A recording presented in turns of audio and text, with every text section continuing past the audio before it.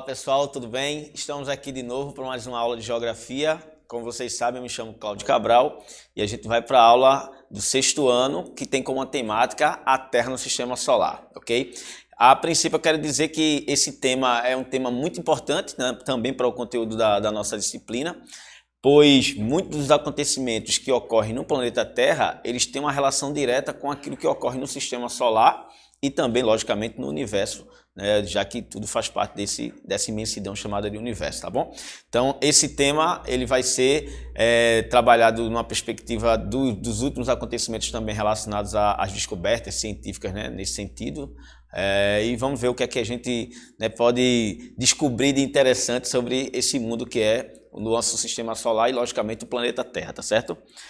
Então, uma breve introdução aqui eu trago exatamente para que você tenha uma noção do que é, qual a relação que pode existir entre, né, o conhecimento sobre astronomia, o universo, o Sistema Solar com o planeta Terra. Então, assim, a gente vai ter muitos acontecimentos relacionados ao Sol, por exemplo, que vão repercutir diretamente no planeta Terra. O próprio movimento que a Terra faz em torno do Sol, né, a energia que o Sol emite para o planeta Terra e também energias que vêm, né, do espaço, interferem na dinâmica do contexto daqui no nosso planeta, seja no contexto da agricultura, seja nas estações do ano, seja nas temperaturas que a gente observa, né, seja na quantidade de chuva também, que vai afetar a superfície da Terra. Então, há uma relação, né, bastante grande, né, entre esses fenômenos astronômicos, como a gente chama, e aquilo que acontece na superfície do nosso planeta, tá? Então, fica atento a isso. O ramo do conhecimento científico que se responsabiliza, né, por identificar, estudar, pesquisar tudo que está relacionado ao universo, ao sistema solar, e, logicamente, aos planetas que estão inseridos nesse contexto, é a astronomia, tá bom? A astronomia é uma ciência antiga, logicamente. Desde a Grécia Antiga você tem cientistas que tiveram uma colaboração importante, né, sobre descobertas sobre a forma da Terra, sobre os movimentos que ela realizava, né, no contexto também de outros planetas, como é que a gente estaria organizado no sistema solar. Então, essa preocupação ou essa curiosidade sobre o espaço não vem de hoje, né? Ela é bastante antiga. E eu trago exatamente aqui um dos principais astrônomos que a gente já teve, né, na nossa história, que é Galileu Galilei, que é um dos caras que primeiro fizeram uso, né, do que a gente chama de telescópio para poder observar aquilo que estava no espaço, ou seja, né, as estrelas, a Lua, o Sol, né, e tudo que também está relacionado ao nosso sistema solar, tá bom? Uma parte da astronomia que trabalha sobre especificamente a origem do universo, a gente vai tratar um pouco mais à frente, mas eu vou adiantar, seria a cosmologia, né? E quando se fala de cosmologia, a gente vai pensar exatamente de como é que teria surgido o universo, tá? O universo, existem duas concepções acerca dessa questão, existem duas teorias, né, que tentam explicar essa origem. Então a gente tem aí a teoria criacionista, que basicamente acredita que tudo que existe no universo e o próprio universo foi criado por alguma força divina, tá? Então você tem as tradições cristãs e também de outros ramos religiosos que, né, pensam semelhante nesse sentido. Logicamente, a depender da religião que você for estudar ou analisar essa perspectiva de origem do universo ou da própria Terra, a gente vai ter, logicamente, deuses diferentes representando tudo que é relacionado a essa criação, né? Mas, de um modo geral, a teoria criacionista acredita exatamente na perspectiva de que o universo e tudo que nele existe foi criado, né, por uma intervenção divina, uma intervenção de um Deus. E existe a teoria científica mais aceita para essa perspectiva, que é a teoria do Big Bang, que basicamente explica que a partir de um momento existia um átomo primordial, né, assim denominado por um cientista chamado Lemaitre, e aí ele vai pensar que o universo estava concentrado em um único ponto chamado de átomo primordial, né, que concentrava uma grande massa, uma grande energia que em um momento específico veio a explodir. E essa explosão teria gerado, né, tudo que seria todos os corpos celestes, né, e matéria e energia que existe no universo teria surgido a partir desse contexto. Não se tem como você pensar no que vinha antes, no que existia antes do Big Bang. É bom deixar claro, inclusive, quando se fala de teoria da criação do universo, a gente pensa no contexto científico e no que aconteceu após o Big Bang. Não tem como saber o que aconteceu antes, né? Até porque não existia nem tempo nesse contexto, tá? Bem, dando prosseguimento, Aí você tem essa teoria, até hoje é a mais aceita, exatamente porque ela foi construída, na verdade, por um conjunto de cientistas, né? E segundo essa concepção, o universo teria surgido há cerca de 13,8 bilhões de anos, né? Você pode encontrar, inclusive, nos livros, tratando como entre 13 e 15 bilhões de anos, essa informação também vai estar dentro aí de uma margem de erro, né, para esse evento que teria dado origem ao universo, tá bom? Dando sequência, eu trago aqui uma lista de cientistas que tiveram uma colaboração, né, importante para essa questão da construção da teoria do Big Bang. A gente tem Alexander Friedman, perdão, um matemático russo que teve uma relevância nesse sentido. Hubble, George Gamow e Lemaitre seriam aí os 4 cientistas que tiveram uma colaboração, né, com seus estudos e experimentos, né, para tentar explicar essa teoria chamada Big Bang. Um dos mais importantes nesse sentido, eu vou citar um pouco mais à frente, né? Esse aí seria George Gamow e Lemaitre, né? Seriam os 2 cientistas que são considerados assim os pais da teoria do Big Bang, tá? E basicamente aquilo que a gente já falou, que o universo teria se formado a partir de uma explosão há cerca de 13,8 bilhões de anos atrás, tá? E essa explosão teria acontecido a partir de um átomo primordial, assim denominado por Lemaitre, que seria, né, esse cientista aqui, tá? E aí, sobre essa questão da cosmologia, é importante a gente deixar claro que seria basicamente o que seria a cosmologia, né? Então, a cosmologia seria um ramo da ciência da astronomia, ela é uma parte da astronomia que se dedica exclusivamente para estudar a origem do universo, ou seja, tudo que estiver relacionado ao entendimento sobre a origem, estrutura, como é que está organizado o universo, né, a cosmologia vai se preocupar e por isso, logicamente, né, estudar a teoria do Big Bang e todo o conhecimento que vai sendo produzido sobre esse contexto, né, vai ser objeto de estudo da cosmologia, tá bom? Então, para deixar aqui claro para vocês estudantes, tá? Vocês a todo momento, quando, principalmente à noite, né, olham para o céu, vocês veem coisas assim bastante curiosas, né, interessantes, estrelas com um brilho maior, mais intenso, né? Ou seja, você vai ter aglomerados de estrelas que estão mais próximas, e aí a gente chama de constelações, e logicamente isso tudo sempre trouxe à tona a curiosidade humana. Então é importante que vocês tenham essa curiosidade, né, e saber que o nosso planeta está inserido num contexto muito maior, chamado universo, e dentro desse universo você vai ter aglomerados de estrelas, que a gente pode conceituar o chamado de galáxias. Dentro dessas galáxias vocês vão ter os sistemas, né, como no caso o sistema solar, né, ao qual o nosso planeta está inserido, e por sua vez os planetas e os outros corpos que fazem parte, né, nesse contexto. Meteoros, asteroides, né, cometas e entre outros, né, que a gente vai ver mais à frente, tá bom? E, logicamente, como eu havia falado, quando se fala de cosmologia, a gente tem que pensar em outros cientistas de outras épocas que também deram contribuição para esse conhecimento avançar cada vez mais. Então, a gente tem Nicolau Copérnico, né, que teria colaborado imensamente com a teoria heliocêntrica, onde dizia que, na verdade, o Sol era o centro do sistema solar. Kepler, que também desenvolveu estudos sobre a questão do movimento dos astros no sistema solar e, logicamente, no universo, né? Ou seja, ele estudou muito sobre a dinâmica celeste, como os corpos se movimentam nesse contexto. Galileu Galilei, né, que teria colaborado também, seguindo a linha do heliocentrismo, né, teria dado uma colaboração gigantesca, sobretudo para entender um pouco sobre os movimentos da Terra e a própria forma arredondada da Terra, que não chega a ser uma esfera ou uma bola, mas vocês sabem que a Terra tem um formato arredondado, que alguns cientistas aí, esse formato arredondado, por ser todo irregular, assim como imagina uma bola de papel que você amassa na sua mão, a gente chama esse formato de geóide, tá bom? E, logicamente, Isaac Newton também, que teria, né, dado grande contribuição para os estudos da astronomia, uma vez que ele trabalhou exatamente a atração que corpos, né, num sistema como o nosso sistema solar exercem um sobre o outro, né, e isso teria, logicamente, ajudado e muito nesse sentido. Einstein, Friedman, Hubble, como eu já mencionei também, teriam sido outros cientistas aí que deram, de certo modo, colaboração para que a cosmologia avançasse, né, cada vez mais e desvendasse mistérios sobre o universo e o sistema solar. Eu, particularmente, fico muito curioso e interessado por esse tipo de assunto, né? Uma vez que a gente realmente, né, tem aí um planeta, como o planeta Terra, pequeno, e existem outros diversos planetas aí ao nosso redor e a gente conhece muito pouco sobre eles, né? Então isso me fascina bastante e eu acho que vocês também aí em casa, quando ouvem falar sobre esses assuntos, ficam curiosos também, né?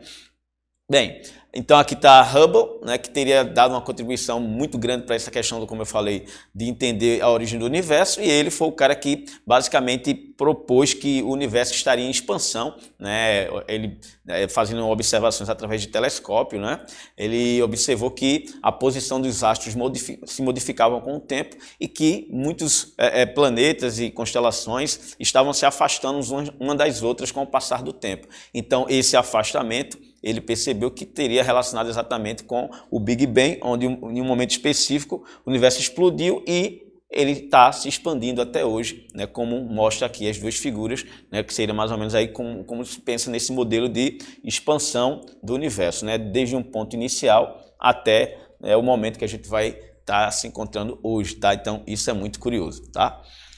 Passando, a gente tem, né, basicamente aqui uma foto que retrata Hubble observando, né, através de um telescópio, né? Logicamente os telescópios, né, nessa perspectiva são imensos, né? Não são aqueles que a gente compra numa loja para levar para casa, onde tem lá um tripézinho. Esses aí são, né, para desenvolvimento científico de fato, e eles têm lentes aí potentes para fazer observações de, né, coisas aí bem distantes da Terra, como a própria Lua e outros corpos que estão mais próximos aqui do nosso planeta, tá? Dando sequência, basicamente eu já tratei que as galáxias seriam aglomerações de estrelas, planetas e outros corpos, né? Gases, poeiras no sistema, no universo, e que existem diversas galáxias no universo e que, na verdade, dentro dessas galáxias vocês vão encontrar exatamente planetas, estrelas, né? Asteroides, cometas, tudo que está relacionado a isso, beleza?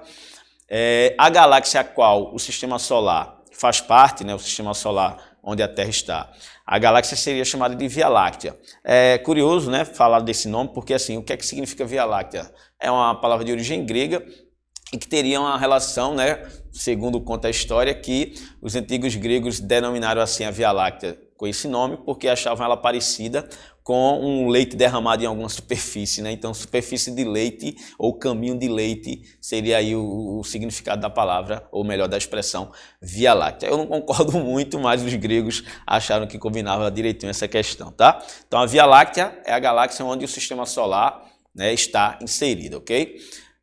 Logicamente, partindo agora do contexto da galáxia para o sistema solar recebe esse nome porque tem como estrela, né, principal, o astro principal, o Sol, que é uma estrela gigantesca, né? Ela tem um tamanho infinitamente maior do que a Terra, tá? A massa também muito infinitamente maior que a Terra, e detalhe é que a sua temperatura é gigantesca, né? Para você ter uma ideia, no interior do Sol, as temperaturas podem passar dos 15 milhões de graus Celsius. Isso aí daria para torrar qualquer, né, pessoa, pode ter certeza. Então é muito quente. E aí, logicamente, essa temperatura toda que está no seu núcleo, ela vai, logicamente, diminuindo até a superfície, onde as temperaturas podem ultrapassar os 5.000 graus Celsius, né, que também é algo, né, extraordinariamente quente. Então, assim, dificilmente, né, vai existir algum elemento da natureza que consiga resistir a uma temperatura, né, ou temperaturas tão elevadas, pelo menos não aquilo que a gente já conhece, né, que o ser humano já conhece, beleza? Bem, em se tratando do sistema solar, você tem aí o Sol e os demais planetas, né? Ao total a gente tem 8 planetas no sistema solar, a Terra sendo um deles. Curioso que em 2000 até 2006, na verdade o sistema solar apresentava 9 planetas, né? Onde Plutão era até então considerado como também um integrante desse grupo aí, tá?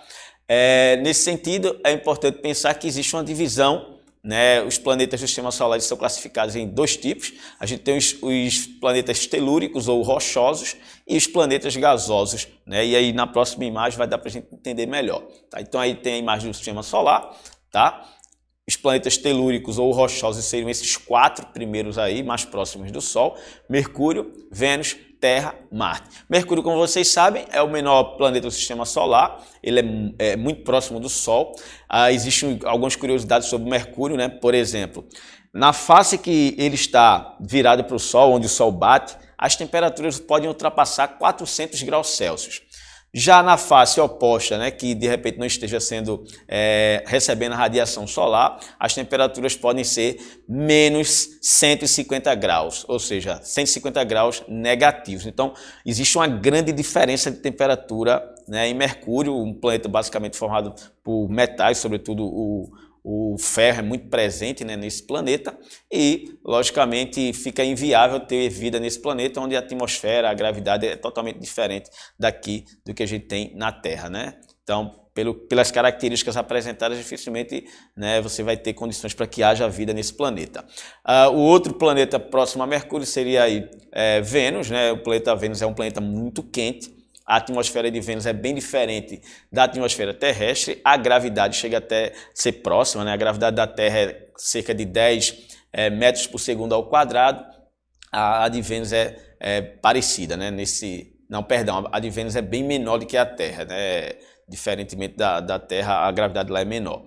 Então, você tem uma outra questão importante que as temperaturas elas são muito altas, né? É um planeta formado por temperaturas elevadíssimas e a gente tem também um detalhe na composição da atmosfera, que ela vai ser uma atmosfera também bem diferente da nossa, onde você tem uma presença grande de CO2, né, que, né, traz uma diferença, já que a Terra, por exemplo, ela é formada basicamente a sua atmosfera por oxigênio, nitrogênio e oxigênio, beleza? A Terra, a nossa nave, né, então a gente não precisa assim, detalhar tanto, mas é o terceiro planeta do Sistema Solar, é um planeta aí tem uma superfície coberta por uma atmosfera, né, gasosa, basicamente formada por nitrogênio e oxigênio. Você tem uma grande superfície de água, né, ou seja, de água no estado líquido e que, para alguns cientistas ou para a maioria dos cientistas, essas condições são favoráveis para que a vida possa se desenvolver e por isso a gente está aqui. O outro planeta aí chamado telúrico ou rochoso é Marte, né, que seria um planeta aí que tem um tamanho menor, é o segundo menor planeta do Sistema Solar, Marte, mas as condições de atmosfera e de superfície de Marte, né, fazem com que os cientistas aí procurem, né, evidências de vida, inclusive várias expedições, sondas foram enviadas para Marte. A última, por exemplo, chegou à superfície de Marte esse ano, um rover chamado Perseverance, que está nesse exato momento na superfície de Marte, coletando informações para que os cientistas possam, né, verificar se de fato já houve ou não vida naquele planeta e se porventura existem condições, né, semelhantes aqui que possam de repente num futuro próximo, né, possibilitar que o homem viaja até esse planeta, que para ser sério é muito curioso, é muito interessante falar disso tudo, né? Então a gente tem os 4 planetas telúricos ou rochosos e os 4 planetas gasosos, né? E aí seria Júpiter, Saturno, Urano e Netuno. Esses planetas gasosos, basicamente, a sua composição é de gases, né? Por isso o nome gasosos. Você não tem uma superfície rígida como a Terra, tá? A gente tem um outro detalhe interessante desses planetas, que eles são muito maiores, né? Então a gente tem Júpiter, que é o maior planeta do Sistema Solar, Saturno, que é o segundo maior planeta, e Urano, que seria aí também o terceiro maior planeta do Sistema Solar. E o último planeta do Sistema Solar é Netuno, um planeta basicamente formado por gases também, uma composição da sua atmosfera, que é basicamente hidrogênio e hélio. A atmosfera, né, por ser diferente em composição e tudo mais em relação à Terra, você vai apresentar ventos muito velozes, né, ventos que podem ultrapassar os 2.000 metros, né, 2.000 quilômetros por hora. Quando você pega um vento na Terra de 100 km por hora, você tem aí um furacão, já caracteriza-se como um furacão. Então imagina um vento, né, de 2.000 quilômetros, né, que seria aí muito maior, né, do que o que a gente observa na Terra, tá bom? Então, um pouco sobre cada planeta. Logicamente, vocês podem buscar mais informações na internet, sobretudo tem um site, né, da NASA lá disponível para que vocês possam ver fotos, imagens, vídeos, né, sobre esse assunto. Inclusive, a gente vai ver algumas imagens aqui de Marte, coletadas junto também ao site da NASA, que seria a Agência, né, Nacional de Pesquisa Espacial dos Estados Unidos, tá? Bem, aqui eu trouxe umas imagens para você identificar um pouco do tamanho, né? A gente fala às vezes do planeta, do Sol e tal, e não tem noção de qual realmente seria o tamanho, assim, ou a proporção de tamanho entre eles. Então veja aqui a imagem. Primeiro a gente tem aqui, né, os planetas rochosos. Plutão ainda está aqui inserido, mas só para critério de você ter uma visualização, tá? Mas ele não é considerado mais um planeta, é sim um planetóide ou planeta anão. Então veja aqui a Terra. assim, é maior que Vênus, maior que Marte e maior que Mercúrio também, tá? Então a Terra é o quinto maior planeta do sistema solar, isso aí também é interessante. Aí aqui nessa imagem ao lado, você já vê aqui a dimensão de Júpiter. Júpiter, Saturno, Urano e Netuno, que seria aí no caso os 4 planetas gasosos do sistema solar, e percebam que eles são muito maiores do que os planetas rochosos, né, como a própria Terra. E aqui nessa imagem você tem uma noção de quanto o Sol é imenso. Veja aqui o Sol e o que é que seria Júpiter, né, comparando. É muito diferente. Então o Sol realmente é um astro gigantesco. E perceba que existem no universo estrelas muito maiores do que o Sol. Então, assim, para você ter uma ideia de que, na verdade, a Terra é um planetinha minúsculozinho que está em uma galáxia, né? Inserido num contexto aí de um grande aglomerado de estrelas que está dentro de algo maior que é o universo. Então, a gente é muito pequeno, né? Se a gente pensa nessa perspectiva de universo e, né, o quanto ele é infinito, vamos dizer assim, tá? Bem, dando sequência, a gente tem aqui os planetas anões, e aí alguns desses planetas, né, são conhecidos no sistema solar, como Ceres, Plutão, né, que, como eu falei, foi rebaixado a essa categoria em 2006, tá? Então são corpos importantes dentro do sistema solar, só que tem uma dimensão menor e características, né, que não dão assim a ele a condição de serem chamados de planetas, tá bom? Bem, e existem também os satélites naturais, ou como a gente pode também chamar assim de forma, né, genérica, de luas. A Terra, como vocês sabem, tem um satélite natural que a gente chama de Lua, com L maiúsculo. Tá? E aí eu trouxe a lista aqui dos planetas do sistema solar e a quantidade de luas que cada um deles tem. Veja que curioso, né? Por exemplo, Júpiter e Saturno têm uma quantidade de luas imensas. E incrível que pareça, essas luas, né, seja de Saturno ou mesmo de Júpiter, muitas vezes apresentam um tamanho semelhante ao tamanho da Terra. E, logicamente, numa perspectiva de pesquisa espacial e tudo mais, os cientistas sim pensam em uma situação futura, vamos supor assim, que o planeta Terra viesse a ser destruído por algum motivo. Espero que não aconteça, né, e sobretudo não com a gente aqui, mas se de repente acontecer isso no futuro, né, buscar alternativas em outros planetas ou até em um corpo, né, uma lua de Júpiter ou Saturno ou de Urano. Logicamente, né, não é algo que se faça assim, mas existe sim pessoas agora, nesse exato momento, pensando sobre isso, tá? Dando sequência, né, a gente tem, como eu falei, a Lua é o único satélite natural da Terra, e aqui a gente tem um pouco da corrida espacial, né? Vocês sabem que durante a Guerra Fria, que se estendeu aí, a depender do ângulo que você analisa, desde 1945 até 1991, você tinha os Estados Unidos e a União Soviética sendo as duas principais potências, ou seja, os países mais importantes do mundo.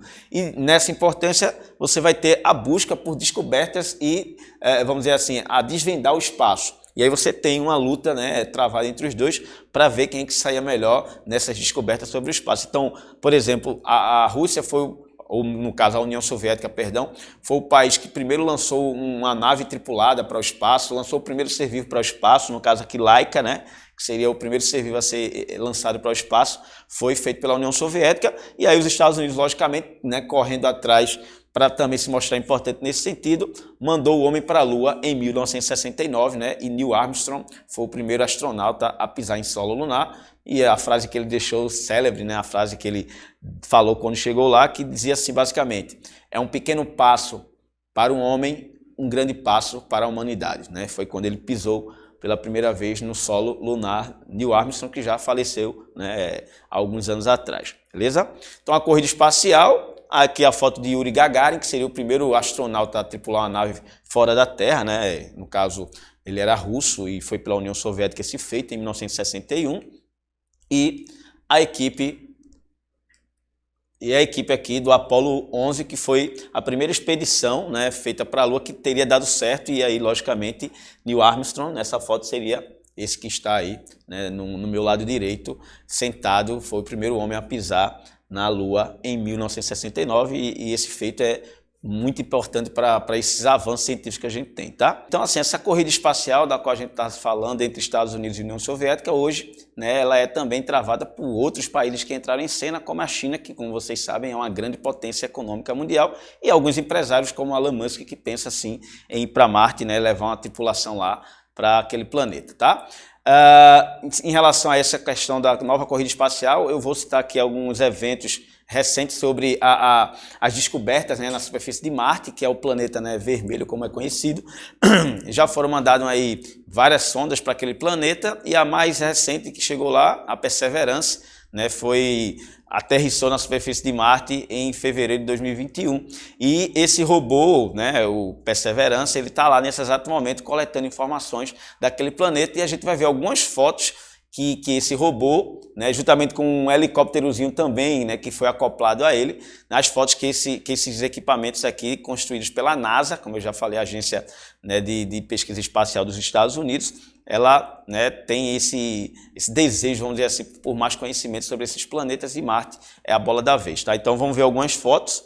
Então aqui a gente tem mais ou menos como é que foi o pouso, né, da Perseverance na superfície de Marte, e aqui, né, uma foto tirada do helicópterozinho, né, que eu falei para vocês, do robô Perseverance que está nesse exato momento lá. Vejam a semelhança, né, em alguns aspectos com a Terra, onde você tem lugares na Terra, sobretudo nos desertos, você tem superfícies rochosas assim, né? Você vai encontrar, logicamente, a coloração também parecida, a depender se tiver muito ferro na composição do solo, né? Então, a superfície de Marte, ela é muito legal de você comparar com a Terra. Mais uma fotozinha aqui, tá? Do helicóptero que foi acoplado ao rover Perseverance, e ele também está fazendo sobrevoos na superfície de Marte. Aqui a cratera onde, teoricamente, teria sido um grande lago no passado lá em Marte, a cratera Jazero. Essa cratera foi o local onde o robô pousou, e ele vai procurar evidências de vida, né, e de água aqui nessa região da superfície de Marte, tá? Mais uma foto, ou melhor, mais duas fotos aí mostrando um pouco de como é o relevo, né, como é que é a superfície, vamos dizer assim, a topografia desse planeta, né, que é muito curioso, inclusive. E aqui, mais uma vez, também fotos. Tá? Então essas fotos de Marte você pode ir lá no Google mesmo, ou mesmo no YouTube, em qualquer uma dessas plataformas, e pesquisar fotos, vídeos, né, que você vai encontrar muita coisa legal, tá bom, pessoal? Então, gente, a gente chega ao final da aula, tá, de mais uma aula de geografia. Essa aula realmente, assim, eu acho que foi muito interessante, porque a gente traz informações, né, sobre o sistema solar, sobre o universo e tudo aquilo que está em volta, né, do nosso planeta. Espero que vocês tenham gostado e sejam curiosos quanto a esse assunto e busquem mais informações, né? Você tem aí a internet disponível para pesquisar vídeos, fotos, né, e se deliciar com um monte de informação e um monte de novidades sobre os planetas do sistema solar e, sobretudo, Marte, né, que é o planeta que está sendo bastante explorado nesse momento, tá bom? Fiquem com Deus, continuem se preservando, usem máscara e, se puderem, não saiam de casa, beleza? Fui!